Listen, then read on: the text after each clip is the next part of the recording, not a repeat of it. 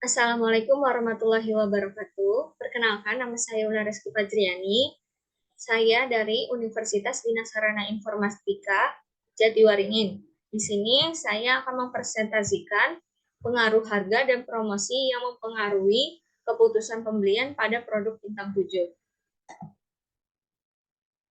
Berikut daftar isi. Untuk bab 1 ada pendahuluan, bab 2 landasan teori, bab 3 metodologi penelitian, bab 4 pembahasan, dan bab 5 penutup. Bab 1. Latar belakang. Di era persaingan industri seperti sekarang ini, perkembangannya sangat pesat, sehingga menghasilkan suatu persaingan bisnis yang semakin ketat. Hal ini membuat para produsen untuk lebih berpikir kritis, kreatif, inovatif terhadap perkembangan yang terjadi baik di bidang sosial, budaya, maupun ekonomi. Dalam dunia bisnis, harga yang terjangkau dapat menarik minat tersendiri di kalangan konsumen. Selain mempertahankan harga, para produsen juga menerapkan strategi promosi untuk lebih mengenalkan produknya di kalangan masyarakat. Selanjutnya di sini ada rumusan masalah. Yang pertama, apakah harga berpengaruh secara parsial terhadap keputusan pembelian produk bintang 7? Yang kedua, apakah promosi berpengaruh secara parsial terhadap keputusan pembelian produk bintang 7?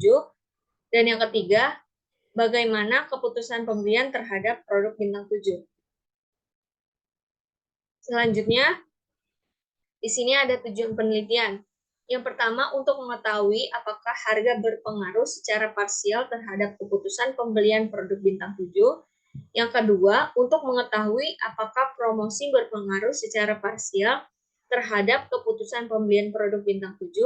Dan yang terakhir, untuk mengetahui bagaimana keputusan pembelian terhadap produk bintang 7. Selanjutnya di sini ada manfaat penelitian. Yang pertama, untuk penulis, hasil penelitian ini diharapkan dapat digunakan sebagai bahan pertimbangan dalam teori maupun praktik, sehingga dapat menambah wawasan yang sangat penting bagi penulis di masa yang akan datang. Dan yang kedua, untuk perusahaan, hasil penelitian ini dapat memberikan masukan atau saran dalam meningkatkan harga dan promosi terhadap produk bintang 7. Dan yang terakhir, untuk pembaca, dapat memberikan wawasan atau pengetahuan mengenai harga dan promosi, serta diharapkan bisa menjadi bahan referensi untuk penelitian berikutnya yang sesuai dengan topik penelitian. Bab 2. Di sini ada teori pendukung. Yang pertama, menurut Ciptono dan Chandra dalam Priyansa tahun 2017 mengatakan bahwa harga merupakan bagian yang melekat pada produk yang mencerminkan seberapa besar kualitas produk tersebut. Yang kedua, menurut Kotler dan Keller tahun 2018, promosi adalah segala bentuk komunikasi yang digunakan untuk menginformasikan, membujuk, dan mengingatkan pasar sasaran tentang produk yang dihasilkan organisasi, individu, ataupun rumah tangga. Dan yang terakhir, menurut Ciptono 2012, keputusan pembelian adalah sebuah proses di mana konsumen mengenal masalahnya, mencari informasi mengenai produk atau merek tertentu yang mengevaluasi secara baik masing-masing alternatif tersebut dapat memecahkan masalahnya yang kemudian mengarah kepada keputusan pembelian. Selanjutnya di sini ada hasil penelitian terdahulu. Yang pertama, Sopian tahun 2019 dengan judul Pengaruh Citra Merek, Kualitas Produk, Persepsi Harga, dan Word of Mouth terhadap minat beli pada studi Fakultas Ekonomi UNY pengguna iPhone. Variabelnya, independennya citra merek, kualitas produk, persepsi harga, dan word of mouth. Dan dependennya itu minat beli. Hasil penelitian ini menunjukkan bahwa citra merek, kualitas produk, persepsi harga, dan word of mouth baik secara parsial maupun simultan berpengaruh positif dan signifikan. Yang kedua, ada Aisyah Setiawati tahun 2020 dengan judul Pengaruh Harga, Promosi, dan Kualitas Pelayanan terhadap Keputusan Konsumen pada Bengkel Perawatan Mobil Global Protection Bekasi. Dengan independen variabelnya harga, promosi, dan kualitas pelayanan. Dependennya yaitu keputusan konsumen.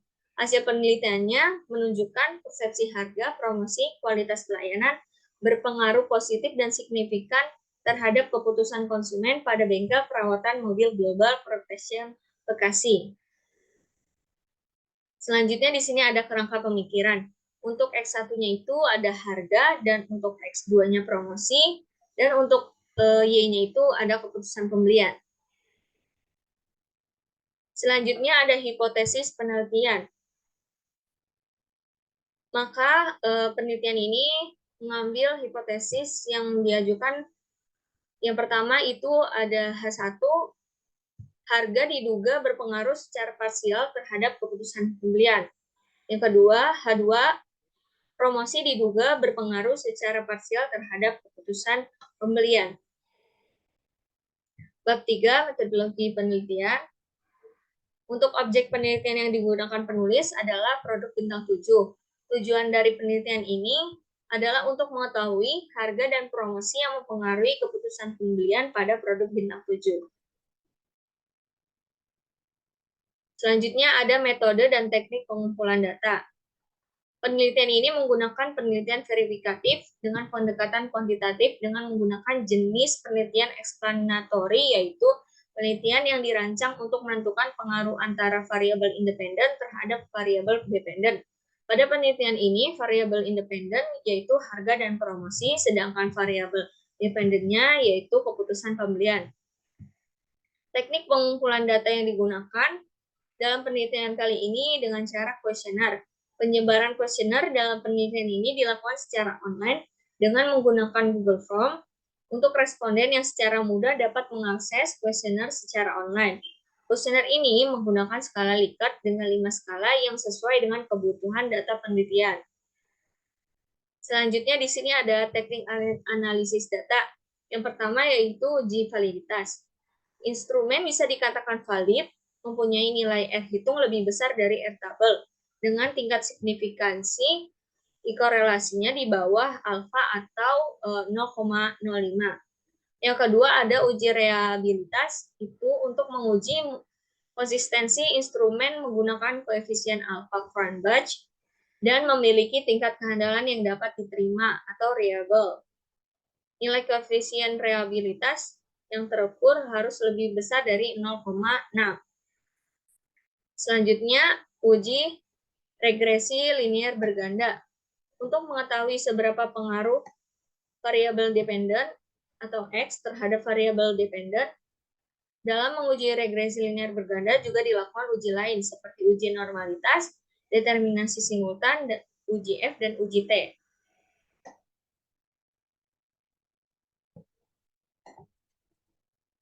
Selanjutnya ada bab 4, pembahasan. Di sini ada profil singkat produk bintang 7. PT Bintang 7 pertama kali didirikan di Garut, Jawa Barat pada tanggal 29 April 1946 oleh Tan Jun Si, Tiapujen, dan Hiawe Hon Chan. Nama tersebut dipilih berdasarkan jumlah anak perempuan Tan Jun Si, yaitu nomor 7. Belakangan PT Bintang 7 dipindah dari Garut ke Krekot, Jakarta, sebelum pindah ke Cempaka Putih pada tahun 1974. Selama tahun 1970-an, perusahaan memproduksi obat resepnya, sedangkan pada tahun 1985, PT Bintang 7 dibeli oleh Kalbe Group dan berkembang pesat. Karena kantor Cempaka Putih menjadi tidak memadai karena ekspansi produk perusahaan, PT Bintang 7 memutuskan untuk pindah ke kawasan industri Pulau Gadung pada tahun 1993. Sedangkan pabrik Pulau Mas mulai beroperasi pada bulan Juni dan Juli 2022. Pada bulan Juni dan Juli pada tahun 2002. Akhirnya, kantor pusat juga dipindahkan ke Pulau Mas pada September 2022. Selanjutnya di sini ada deskripsi data. Dari 81 responden terdapat 23 orang berjenis kelamin laki-laki dan sebanyak 58 orang berjenis kelamin perempuan. Dan untuk usia, dari 81 responden terdapat 77 responden berusia antara 17 sampai 25 tahun dan 4 responden berusia 25-35 tahun. Dan untuk pekerjaan dari 81 responden terdapat 63 mahasiswa atau mahasiswi, 7 orang sebagai wira swasta, dan terdapat 1 orang sebagai pelajar, pegawai swasta, hahihi, pekerja, pegawai, bekerja, karyawan swasta, guru, pegawai dan mahasiswa, dan ibu rumah tangga.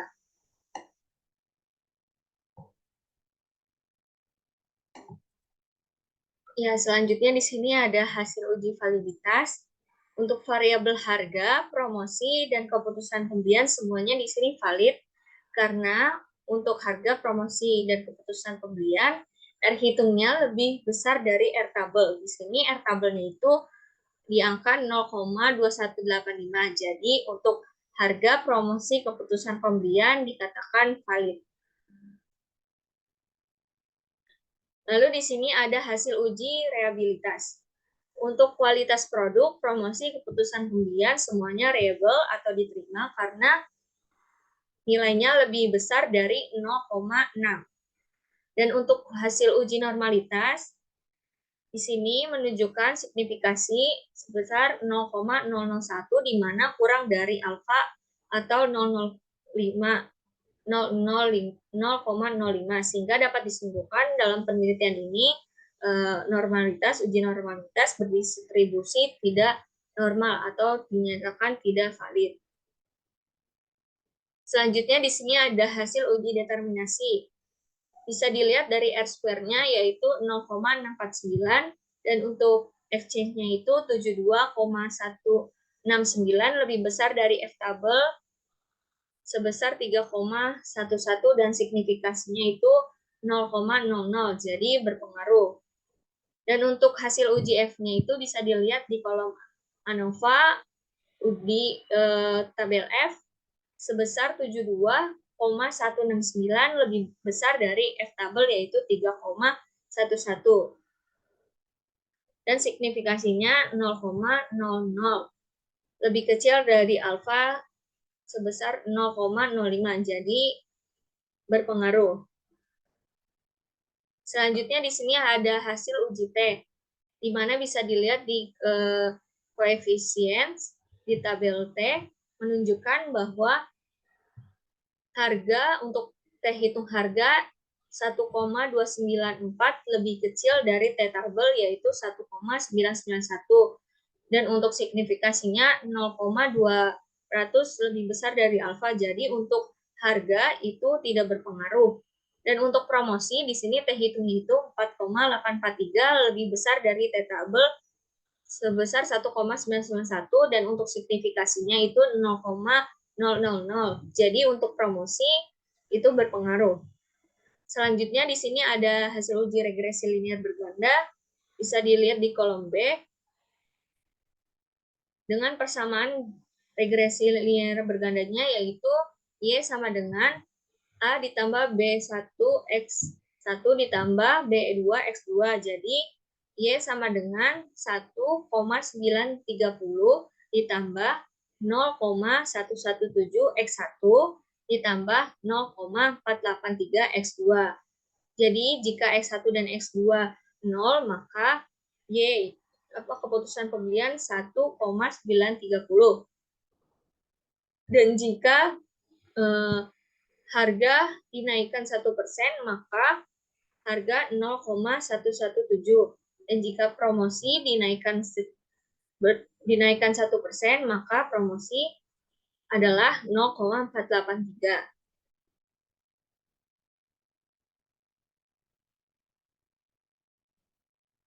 Penutup.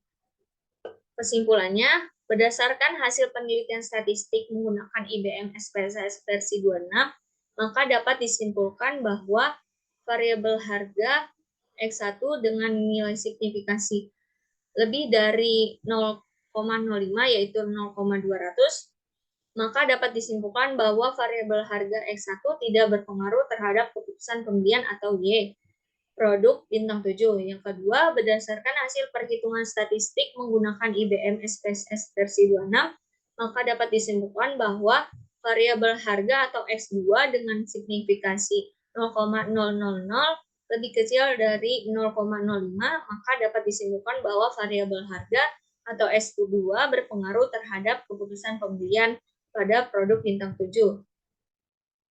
Sarannya, dengan adanya hasil penelitian yang menyatakan bahwa harga belum berpengaruh dan promosi berpengaruh terhadap keputusan pembelian bintang 7, maka dari itu pihak bintang 7 untuk memberikan harga yang sesuai dengan ekspektasi konsumen dan melakukan promosi sehingga dapat memiliki penilaian produk yang baik. Dengan begitu, dapat mempertahankan persepsi konsumen bahwa harga dan promosi yang ditawarkan oleh pihak bintang 7 merupakan produk yang memiliki harga yang terjangkau, serta promosi yang dilakukan dapat mempertahankan konsumen, maka dari konsumen akan semakin tertarik untuk melakukan pembelian karena dengan promosi yang ditawarkan konsumen akan merasa memperoleh banyak keuntungan.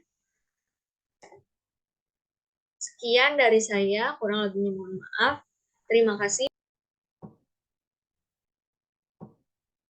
Di sini saya akan menjelaskan bagaimana cara menghitung uji validitas menggunakan SPSS versi 26. Untuk yang pertama di kolom name ini kita isi nama, selanjutnya variabel-variabel dan X total. Untuk tipe untuk nama itu kita kasih string dan untuk variabel hingga X total itu kita gunakan numerik. Untuk white ini sudah terisi otomatis. Desimal itu kita kasih 0 karena tidak menggunakan koma di belakangnya. Untuk label, value, missing, columns, dan align itu udah terisi secara otomatis. Untuk measure itu, untuk nama, kita kasih nominal, dan untuk variabel-variabelnya kita kasih ordinal, karena di sini saya menggunakan skala Likert. Dan untuk X total, kita kasih scale. Selanjutnya kita ke data view, masukkan semua data yang sudah kita peroleh dari Google Form ke SPSS. Sudah dimasukkan hingga X total. Lalu kita ke analyze, kita ke correlate, lalu ke beverage. Ini sebelumnya datanya itu ada di sebelah kiri ya, teman-teman. Sebelah kiri, lalu kita pindah semuanya hingga X total itu ke sebelah kanan, ke variables. Lalu jangan lupa untuk klik person to tiled, flag significant correlation. Selanjutnya kita klik OK. Nah, di sini sudah terlihat datanya. Untuk dikatakan variabel itu valid atau enggak, kita lihat di total, lalu kita lihat di person correlation. Nah, untuk diketahui valid apa enggaknya itu, kita bisa lihat di Airtable, karena tadi saya menggunakan kuesionernya jumlahnya ada 81, jadi dikurang 2, kita gunakan yang di 79. Dan untuk saya menggunakan 0,5 atau 5% itu sebelah sini, lalu datanya itu ada di 0,2185. Nah, untuk data saya di sini ada di 0,818. Dikatakan valid nih untuk X1-nya. Dan untuk X selanjutnya hingga X total itu valid karena melebihi total yang sudah ada di Airtable. Nih, di total ini semuanya. Di angka 79 di 0,2185. Nah, berarti untuk X1 ini semuanya itu valid. Bisa dilihat dari percent correlation dan X total. Terima kasih. Oke, selanjutnya di sini saya akan menjelaskan bagaimana cara menguji reliability atau reliabilitas menggunakan SPSS versi 26. Nah, untuk variable view-nya ini sama aja ya, sama seperti uji validitas. Di sini saya menggunakan variable Y. Untuk data view, sama juga seperti uji validitas yang kita pindahkan dari Google Form ke SPSS sampai Y totalnya. Lalu kita ke analyze, lalu kita ke scale, habis itu kita ke reliability analysis. Nah, sebelumnya ini Y variabelnya ini ada di sebelah kiri. Lalu kita pindahkan ke sebelah kanan, ke item. Habis itu kita klik statistik. Jangan lupa untuk klik item, scale if item delete, lalu correlation. Selanjutnya kita klik continue. Habis itu kita klik OK. Nah, di sini Di reliability statistiknya itu Coren batch alpha-nya itu 0,837. Dikatakan reliability atau reliabilitas itu Coren batch alpha-nya itu lebih dari 0,6. Di sini ada 0,837. Nah, berarti untuk Y itu dikatakan diterima atau reliable. Selanjutnya bisa dihitung juga untuk X1 dan X2-nya. Selanjutnya, saya di sini akan menjelaskan bagaimana cara menguji normalitas menggunakan SPSS versi 26. Untuk yang pertama, kita langsung ke variable view. Untuk di kolom name ini saya isi dengan nama X1, X2, dan Y.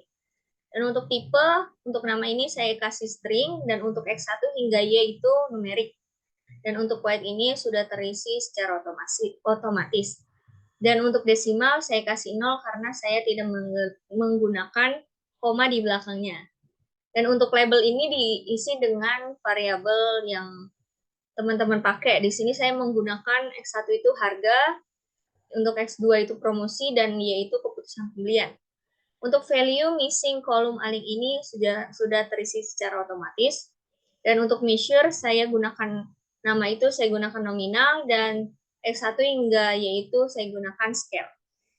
Selanjutnya kita ke data view. Nah, di sini kita isi data view ini hasil dari Google Form yang teman-teman sudah buat.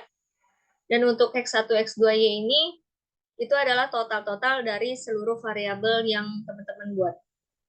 Selanjutnya kita ke analyze, habis itu ke regression, habis itu ke linear.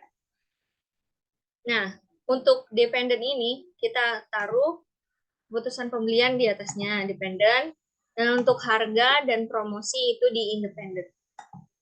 Lalu kita klik save.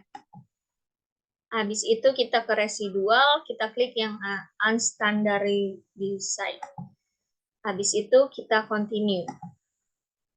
Lalu oke. Nah, di sini udah ada nih data-datanya. Lalu kita minimize. Nah, udah terlihat nih restnya. Setelah itu kita ke analis. Terus kita ke non-parametric test. Lalu ke legacy dialog. Lalu ke one sample KS. Kita klik. Nah, kita klik yang unstandardized ini. Kita pindahkan ke test variable list. Habis itu udah. Jangan lupa untuk men-checklist normal ya. Habis itu oke. Nah, di sini sudah terlihat nih hasil dari uji normalitas saya. Di sini hasilnya itu di 0,001. Lebih kecil dari 0,05. Jadi untuk distribusi normalitas saya itu tidak normal. Sekian. Oke, selanjutnya di sini saya akan menjelaskan bagaimana cara menghitung determinasi, uji F, uji T, dan regresi linear berganda. Yang pertama kita ke variable view. Variable view ini datanya sama seperti uji normalitas yang tadi. Kita masukkan datanya semua ke sini.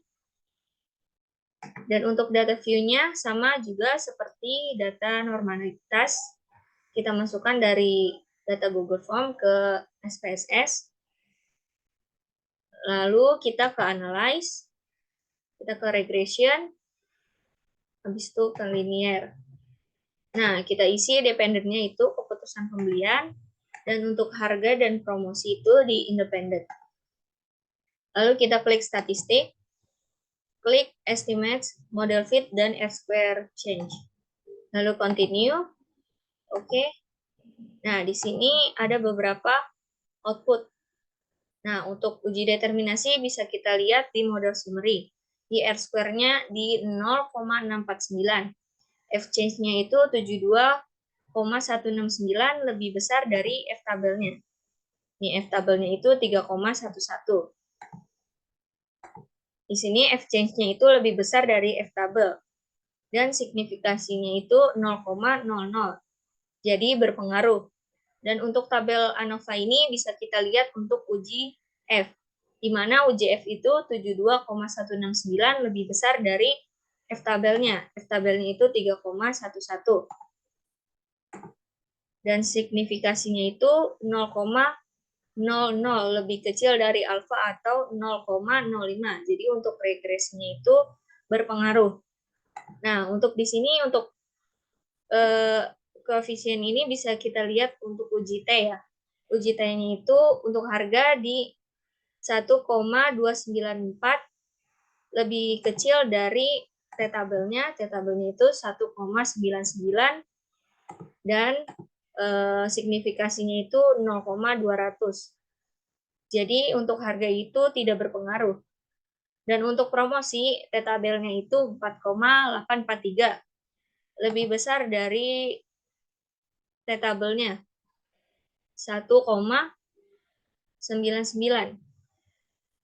Jadi di sini untuk T hitung promosi lebih besar dari T tabel.